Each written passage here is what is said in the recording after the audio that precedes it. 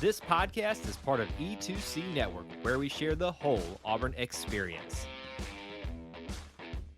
War Eagle Auburn fans, welcome to No Huddle, your source for Auburn football news and discussion, part of the E2C Network. It is Corn Dog Hating Week. I personally love corn dogs, but I'm going to hate them this week. And I've brought along Kyle Loomis. Jared is out. He is doing some fun things with his family, but he should be back next week. So in his stead, Kyle Loomis, I brought you in. Excited to hear what's your thoughts on LSU.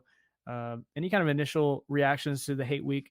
Oh, before all that, we got to acknowledge some things off the top here. I also am a lover of corn dogs, but not the variety of smell that emanates from Baton Rouge, which is still to this day interesting. It is. That you can roll. Literally, I rolled my window down driving past Baton Rouge, through it almost on the way to a wedding in Texas within the last year, and it smells like corn dogs. It's wild. Don't understand it, AJ.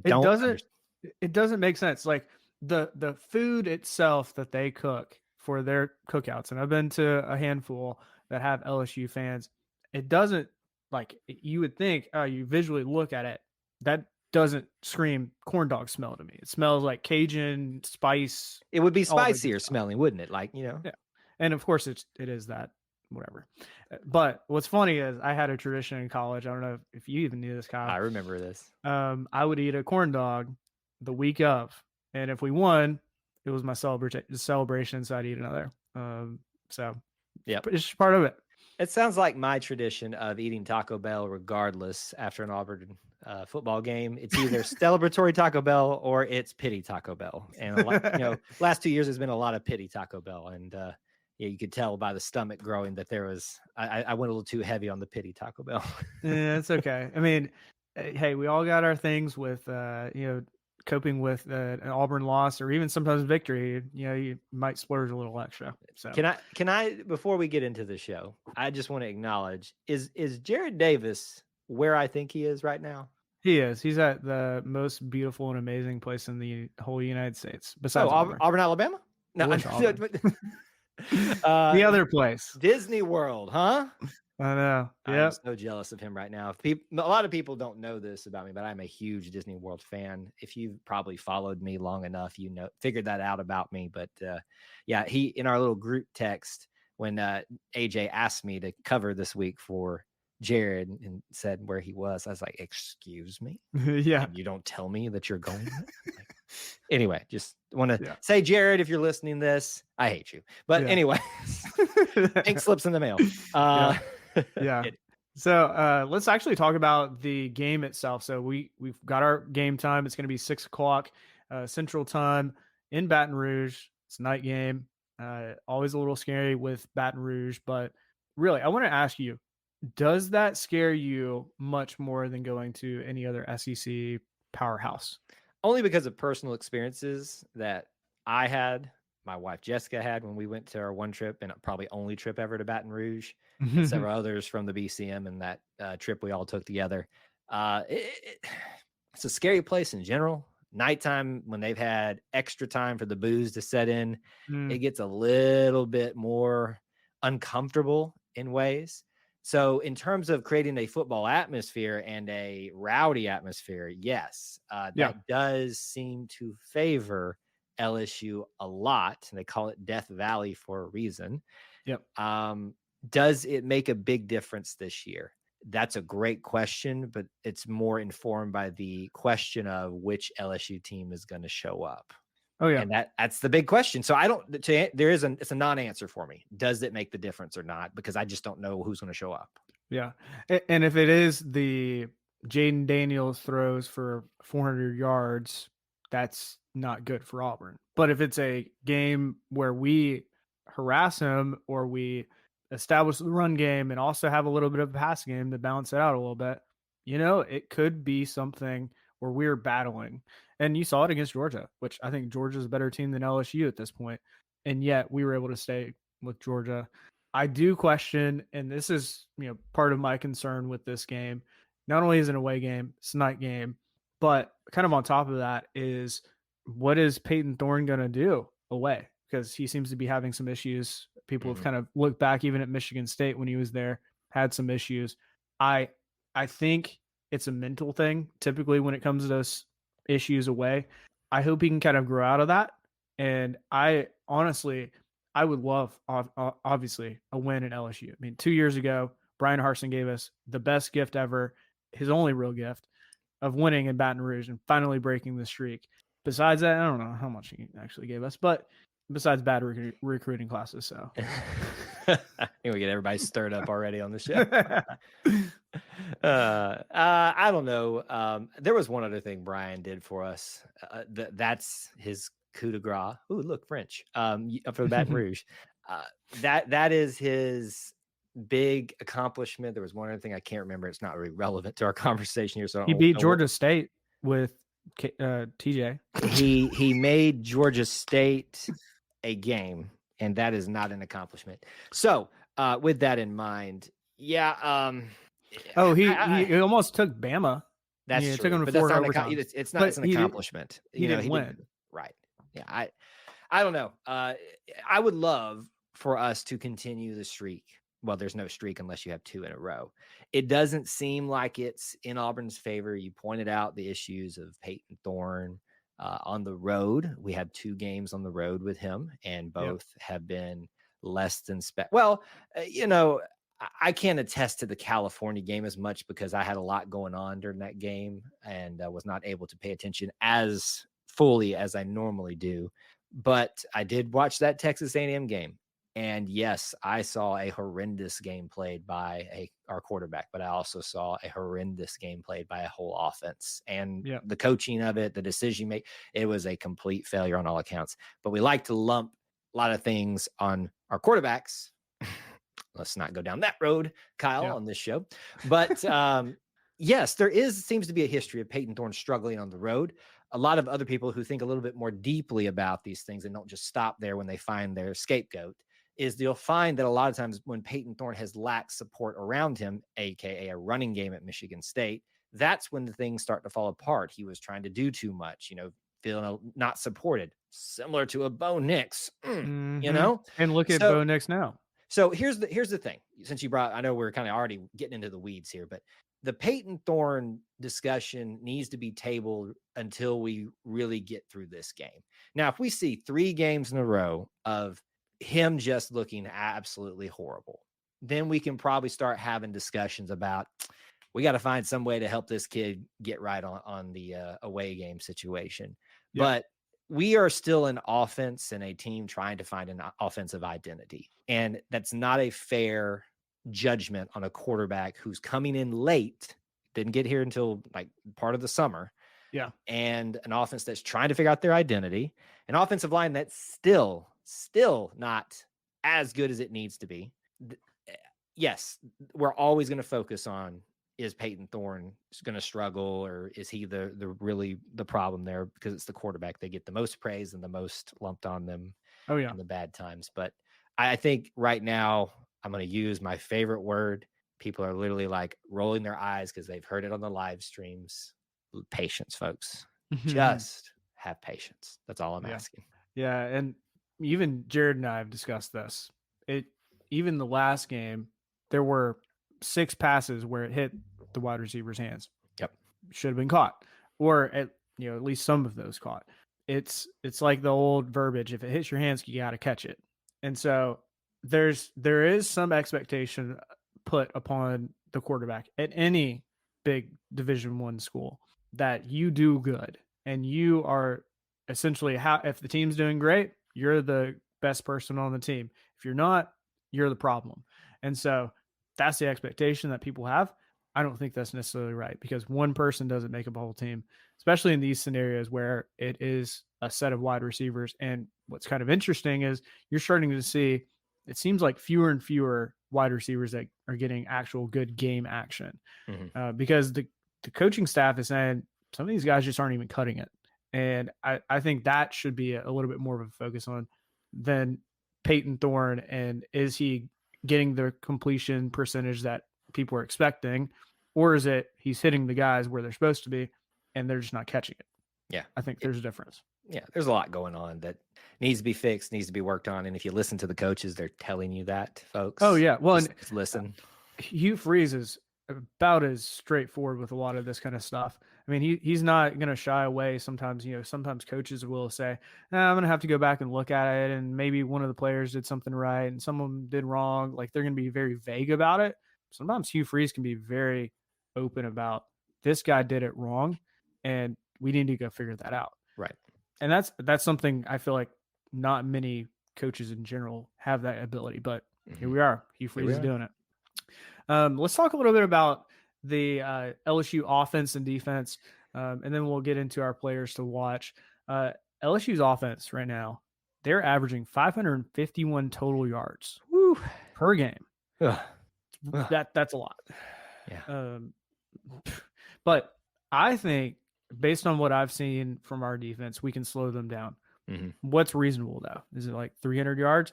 That would be tough, right? Yeah. But if we can get them down to 400 yards and keep them, I don't know, let's say under 30 points, sure, we got a shot.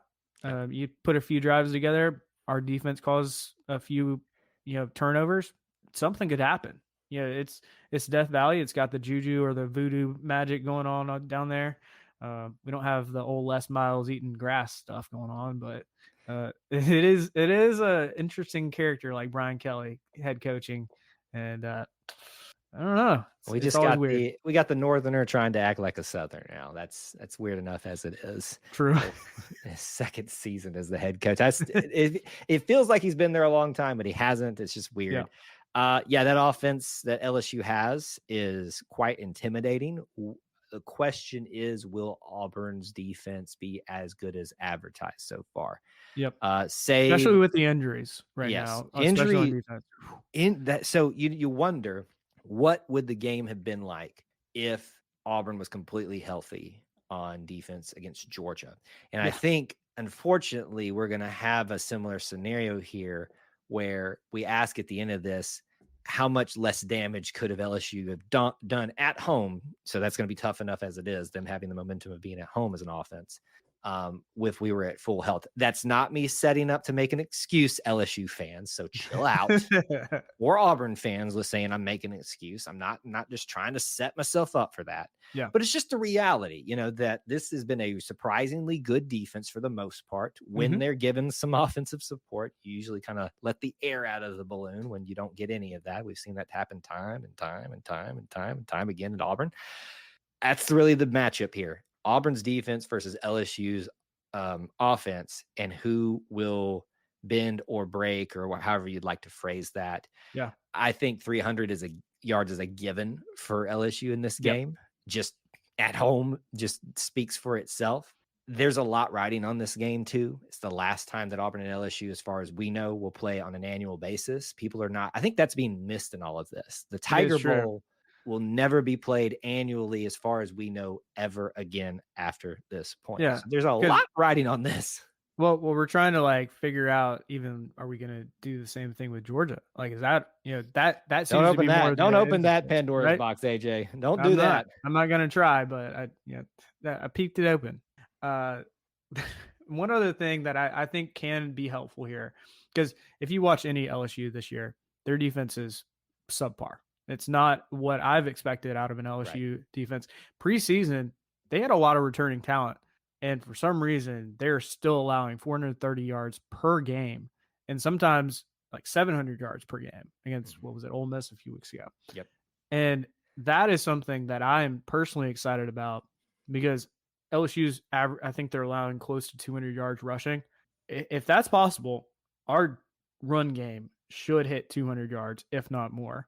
Right. And if we're doing that, that opens up the pass game a little bit more too. So could help the passing game and the running game, all included in this game. So could be high scoring. I don't honestly anticipate it. I mean, do you think it could be high scoring? I think the line, if you care about those things, is like 53 at this point, which, and I think they're favored on this Sunday when we're recording by 14 points. So you can kind of do the math there, if you're good at that in your head right now, and kind of guesstimate what the score might be based on the Vegas odds. It seems to think that LSU is going to score a lot of points and Auburn's not going to. Yep. So Is that a high scoring game simply because LSU does? I don't know. My gut tells me that Auburn's not going to muster a lot of points, but I'm not 100% sold that LSU's offense, even given what they've been able to do so far this season, is going to have as easy of a time against this Ron Roberts defense. So right now, I mean, we talked about the big question is the matchup of Auburn's defense versus LSU's offense. Then the question becomes the opposite of that. Whose is going to be the worst out of the other two, the LSU defense, the Auburn offense? I got to think that Auburn's offense, given their bye week, is going to have some things maybe understood better now, thought through now, and maybe we see, even if it's not resulting in a win, some step forwards in the right direction. Mm-hmm. Establishing a run game is extremely important to try to keep a very intoxicated and rowdy LSU fan base somewhat at bay, control the time of possession. Oh, yes. If Auburn can do those things and let, as we talked about, Peyton Thorne settle in when he maybe has a history of being nervous, make some easy throws to start off with, this thing could get interesting, especially if Auburn's defense, as we already talked about, shows up. Yeah. And Auburn's already shown this year we can make some games interesting when even, I feel like most people counted us out against Georgia, and look what we did. Now we get an extra week, essentially, with a bye week to prepare for LSU. Right. You got to think that's going to pay some dividends. So I wanted to transition into the players to watch. I got Jared's, even though he's in one of the most amazing places besides Auburn. It's called the most magical place on earth. Dang it, AJ. And he's there, and I'm not there. I screwed that up. But I'll give you at all. I'm not bitter at all. I gave him just a text, and he responded back. So offense, he was going to be watching receivers. He said, I think Thorne is coming along, and they need to make some catches. So putting a little bit more emphasis on the receivers. I've got something similar. I'm going to specifically be watching Peyton Thorne. I've already alluded to this just because of how much he's been, at least seemingly so far, struggling outside of Jordan Hare. So if we can get him settled early, even if he, for goodness sakes, I hate to say this, but he had at least 100 yards passing. Like if we can somehow do that against this poor LSU defense, woo! Let me go ahead and tone. I've toned for it on the live stream. I'll do it here as well. That I made the bold statement after the first time of not 100 yards passing that it would never happen again. I was wrong, folks, and so don't ever say I don't own up to it when I was wrong. I was wrong. I didn't think it could be done, but it was done. Now, to their credit, they did need to do better than that against Georgia, but the game plan they put together put them in position to win even without that. So anyway, we're not going to go rehash that again. That was 2 weeks ago at this point. I guess you want my player to watch for offense? Yes, sir. I'm going to be a little bit creative here. And I agree that we need to watch Peyton Thorne. I think the receivers are also in that, but I'm going to go I'm going to name one specific player, but it's more so about three in this group. I'm going to pay attention to Avery Jones, the center. I believe he's still the center. And then the two guards as well. Because if you'll think about it this way, we, in terms of running, have seemed to have more success on the outside or maybe between the tackle and guard position, but up the middle, and that seems where a lot of our pressure is coming from too. We're not really doing all that great. On top of that, there's been some pretty bad snaps too in certain games, and that is Avery in key situations, right? Too. Or whoever's at center. Avery maybe have rotated out at this point. I don't know. I can't remember. It's been 2 weeks. I kind of checked out for the bye week, as we all tend to do. I'm going to be watching the center position, so Avery Jones and those guards, because to me, it doesn't matter about who's the quarterback, who's calling the plays. If we cannot get solid offensive line play, but especially in that middle portion, pass protection, creating runs up the middle, not just stuffing at the line, we will not be successful in Baton Rouge or anywhere else for that matter, even in Jordan Hare, as we saw against Georgia. So I'll say Avery Jones, but it's really that middle group, that three right there in the middle of the offensive line. Yeah. You make a good point, because the last time, and I think you could argue if the snaps were better against Georgia, we have an even better chance of winning that game. And that's something that I think is getting overlooked. Again, pointing towards the quarterback, maybe some of that's warranted, but I don't think all of it is. Right. So spread the concern, I guess, not just one player. Yeah. Let's go on to defense. Again, Jared, I got his input. He's going to be looking for just watching this player because he thinks he's going to be key is Eugene Asante. He said he's going to need to be beast mode again, like he was against Cal. This was essentially Eugene Asante's kind of, hey, I'm here. I'm ready to play at the big level. Yep. And especially after being on the practice squad, he has made a name for himself, and very excited to see what he can do. And especially, he also pointed out, if we can get Jaden Daniels, their quarterback, off balance at all, that's going to be key because Jaden Daniels' numbers right now are ridiculous. I'll just throw some numbers out. 1,700 yards passing, 16 touchdowns, and only 2 interceptions. So you got 73% passing percentage this season. Yep. So when the dude passes it, they make something happen. It almost reminds me of like the days of Alabama just throwing the ball around and just seemingly making stuff happen. So, yeah. I'll give my defensive players to watch, and it is going to be like a group because I think the pass rush is going to be key, kind of going along that same vein. So it's whoever you're going to be rushing. Typically, you think of edges, but at this point, we bring a lot of safety blitzes. I think you're going to have to do that. Maybe risk some open wide receivers or something like that. So, yeah. Who do I think is going to be the player to watch here? That whole only 2 interceptions thing looked pretty interesting to me. And there's one Jalen Simpson that I think has already done it a couple times that might want to. Not just a couple. 4 times. Yeah. 4. One of the best so far, defensive back wise. I really like Marcus Harris, especially in the last game along the D line. He really has started to kind of make his presence felt there. And he's a guy that's been here for quite some time. It kind of reminds me of like, I know he's not Marlon Davidson, but like kind of reminds me of how he plays. Like it is just, he's there and he's there. Like defenses or offenses are trying to avoid this guy. Yeah. I think also too, his ability to get pressure on the quarterback and then block, like he's gotten his hand up and kind of tipped a few passes as well. Jaden Daniels with the success throwing the ball.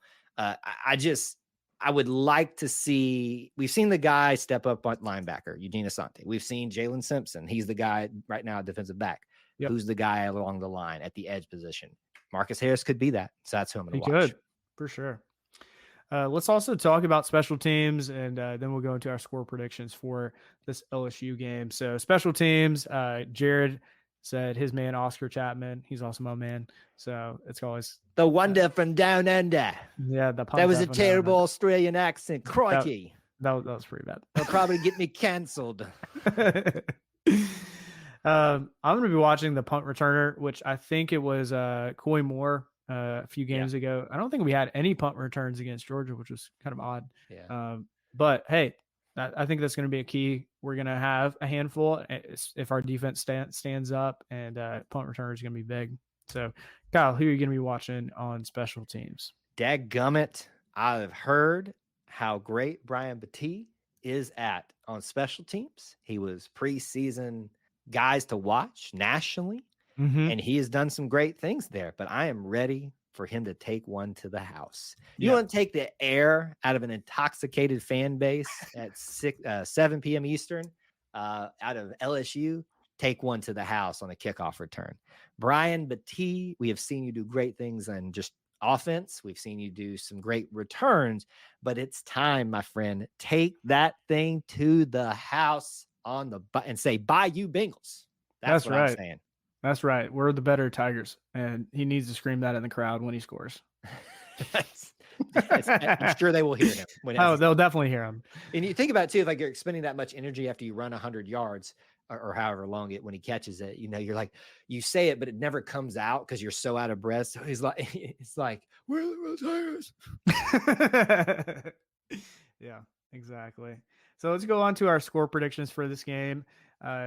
I'll kind of throw out some stats here before we give our predictions. So ESPN preseason had us winning 14% of their time or whatever their analysis is. Well, it's jumped up 25%. So that's pretty interesting. giving us more of a shot, according to their analytics. The line is still set at about 14, somewhere around there, points. So that, to me, kind of shows it could be kind of like the Georgia game in a way. People aren't really necessarily giving us a shot. And I think when Auburn's kind of discounted a little bit, that's when I feel like sometimes we just play our best. So preseason, Jared and I had us losing to LSU by 10 points. Jared's going to keep his score prediction of losing to Georgia by 10 points. My gut is telling me that we can keep it close. So I'm going to actually bump that down to 7 points that LSU beats us. But, I mean, anything can happen. So can I cheat a little bit? Sure. Because we do, and this is shameless plugging here for E2C Network stuff. We do a Thursday night show before every football game where we do like a walkthrough of stats and stuff and make predictions, not just on the score, but of like who's going to get the most rushing yard, who's going to get an intercept, how many, punt returns we just go through scenarios predictions, but it results in a score prediction. So I'm going to say, folks, and actually you'll probably listen to this on a Thursday. So come that evening, Thursday evening. This will be like part one. Is part one. I'm not going to give you my score prediction yet. So I do think that it will be close. Is it close the whole game through? Probably not. I could see LSU getting off to a roaring start. Roaring Tigers, puns all the way around. And then also Auburn having to fight back in to make it a little bit respectable. Is it going to be a 7-point differential? Is it going to be a 10-point? That 14-point differential right now, I don't really like that Vegas is setting, but we'll see. We'll find out more information throughout the week at press conferences, who's healthy, who's not. Yep. I'm just going to say TBD on my score prediction, but I do think it's much closer than 14 points. Yeah. Well, and the thing that I keep going back to is I think our defense, like it can keep us in games. And anytime that happens, you just need a couple extra breaks, turnovers. Offense has an explosive drive, something like that. All right, finally, for our final segment of the day, and I've got a lot of just random stuff going on here with an Auburn fan perspective of the SEC. So this was one of the first weeks, I think maybe the first week with a bunch of bye weeks for teams, Auburn obviously included in that. So teams are getting that extra little rest. I know some other teams are getting it over the next few weeks. So we'll talk through. There's not as many SEC games going on this week, but we'll talk through some of them because they got pretty spicy. They got some fun ones in here. So number 11 Bama beat unranked Texas A&M 26-20. That one, I think Bama was up until really the final whistle. It felt like Texas A&M had a shot, and it's in Texas A&M. Fans got into it. That place. And Auburn just went to Kyle Field. I am earning. Is that my field? Yeah, of course. I feel like I'm earning more respect for that field. I feel like I didn't necessarily give it as much because Auburn seemed to just always win in Kyle Field. But I think over the last 2 or 3 years, they have built up a little bit more of that fan base that really is making a difference. And I'll kind of give you a couple just interesting tidbits there as to why I think that. So Bama had a lot of pre-snap penalties. I think at least 5. There might have been 6. That's false starts, something happening. And again, that's just either mental mistakes or the crowd. And it seemed to be way more on the crowd because Alabama looked out of sorts a lot of times. So it made me feel slightly better by getting beat by Texas A&M, but that's very interesting. I'm going to say this about Texas A&M. You let me down. Nah. I knew it was coming though. Like I said, we were sitting there watching it, and I was like, they're going to give me hope. They're going to have him on the ropes, and they're going to let it go. Yep. And so I just went outside and did work outside because I was like, I can't sit. All these people who screamed at me on live streams and said, "Oh, it's over, the dynasty." I said, folks, do not count your chickens before they hatch. I'm going to need to see 2 losses. And then even then, I'm not convinced that Alabama is going to be not as good as advertised. Now, I guess being not undefeated is not as good as advertised, but Texas A&M, you continue to be just this. I know this is not live, so I'm doing up and down signals. Juggling. So just Yeah, I continue to be disappointed by Texas A&M. Yeah. I'll mention another one. LSU beat Missouri, and this one, in my mind, Missouri did have a little bit of a chance, and then I think in the fourth quarter, LSU just kind of closed things out. But I was hoping that LSU would win this. Okay, Yep. so here's my logic. They lost last week to Ole Miss. They lost this week to, or if they had lost to Missouri, they would have been double pissed.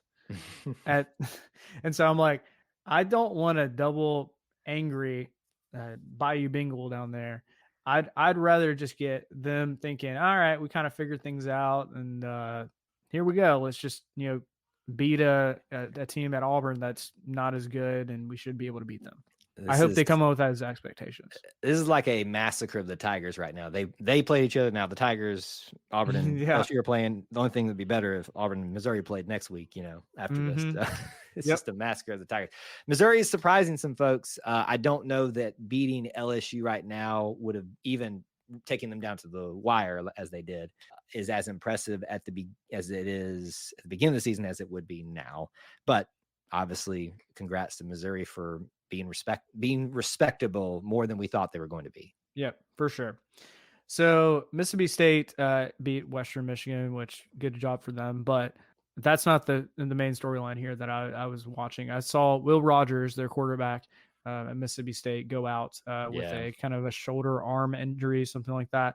And he came out. They took off his shoulder pads, and he never came back in the game. Curious to see, like, maybe by the time this podcast comes out, we're recording on Sunday, maybe something comes out about it. But hope he does well, because I think as he goes, that's the way Mississippi State will go. And, I want a decent matchup against them. I don't want some backup quarterback, but if we have to face a backup quarterback, I'm not going to lie. I mean, beating Mississippi State isn't like, we've had some struggles with that recently. So yeah, don't bring that up. I'll get mad. Okay. Another one, Ole Miss beat unranked Arkansas. Barely squeaked that one out. Lot slower game, a lower scoring game too. Yeah.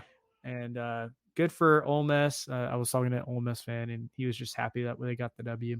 I think Ole Miss is, again, similar to like LSU here. They are either really good or they are really bad. There's no in between. So it's just a matter of who you get. And Arkansas is surprisingly kind of being like that too. They can look really good. Mm-hmm. And that's why I think this was such a close game. Two teams that can be so hot and so cold. And it's just a matter of how it all lines up and kind of maybe cancel each other's, this is weird, hotness out and coldness, Yeah. So when I saw it was 27-20, I was like, that makes about pretty much sense there. Yep. And then Georgia, I think after us. Disappointing. Yeah, they were struggling, against Auburn, and they just said, "Nah, we're gonna just demolish Kentucky." So, pretty crazy stuff going on there. Not really. Can I just Kentucky? Yeah. Come on, y'all want to be respected. Y'all don't want to be just a basketball school. Y'all look pretty good preseason. Follow through with it and leading up to this game, and you give up 20. I think it was at least 21 straight. I know it was in Georgia. I know we kind of exposed Georgia for everybody last week, but still show up. I mean, come on. I was so, and this is my fault for thinking Kentucky was going to be for real. Come on. Like, y'all have got to take that next step. You got too good of a coach to be slacking in the big moments like this. I was very frustrated by this, AJ. Me too. Well, and again, everybody wants to hype up Kentucky. And here we go. Georgia putting them in their place and doing it pretty commandingly with scoring 51 points in that game. So, I mean, that makes me feel even better about what we did against Georgia to keep them really kind of in check during that whole game. I'll mention a couple honorable mentions, and you've probably seen them. The Georgia Tech pulled off the upset against number 17 Miami, and living in Atlanta, it made me feel so good. Especially Mario Cristobal being a Bama guy, that was hilarious. Yep. And what's funny is, I don't know if you've seen this, Mario Cristobal did the exact same thing at Oregon, where he decided to run the ball when he could have just kneed it and finished the game. So if Mario Cristobal doesn't get the picture here, he's kind of the lost hope when it comes to end of game situations, because that was on him. That's a bad coaching mistake. All you Auburn fans that were screaming he's the right choice, how do you feel right now? I didn't think about that from that. Of course, from we that all have said things that we regret, but still, everybody kept saying Mario Cristobal, Mario Cristobal. I was like, not quite. And this is a perfect reason why. Yeah, 100%. Another interesting one that I watched was Oklahoma, number 12, beat number 3 Texas. And there was lots of hype around this game. Lots of fun. So if you haven't seen that one, I highly suggest lots of highlights from that one, because it was electric, down to the wire kind of stuff, back and forth. So there were some fun games this weekend. And Kyle, any other final thoughts before we get out of here and go on and go down to the Bayou? Yeah. Well, first off, Jared, if you're listening, you better be bringing me back a souvenir, because I'll have a souvenir for you in the mail in the form of a pink slip if I don't. But anyway, thank you for having me on as a guest. It's always a joy to join you guys whenever I can. And we worked out great this week. And you may be hearing AJ previously, at the time you hear this, on the Auburn Experience show, if everything works out great tonight, schedule-wise. So you might want to tune into that, too. If you haven't, go back and check out episode 50. Otherwise, looking forward to the final annual edition of the Tiger Bowl. I will miss it, but not some of the crazy things that give us heartburn about Auburn and LSU. I know. And everybody wants to make it some sort of rivalry, which maybe there is something there. But that's another one that I think us not playing them every year, I'm not losing any sleep over it. It keeps Alabama and Georgia, and it gets us to see everybody else more often. I will sacrifice the Bayou Bengals. 100%. So Kyle, that was the first time I did that. Excuse me. Okay. You were just talking about Jared. I was thinking about him. Sorry. How can the people stay in touch with you, Kyle? If you want to reach out to me on X, Kyle Loomis24. That's how you can get in touch with me there. Of course, follow E2C Network everywhere, YouTube, even the TikToks. You can find us for all that good stuff as well. Yeah, and you can find me on X. I guess that's what we're saying now. I still want to call it Twitter. I think that's what I swear. At AJAYJAY_. It's always great to be an Auburn Tiger and War Eagle. War Eagle. Thank you for tuning in to today's episode on the E2C Network. On your way out, I want to remind you to stop by e2cnetwork.com. It's your one-stop shop for all our content across our podcast, YouTube channel, and much more. To stay up to date with us, make sure you're following social media accounts such as Facebook, Twitter, and Instagram. While our content here may always be Auburn sports heavy, if it's orange and blue, it's what we do. War Eagle.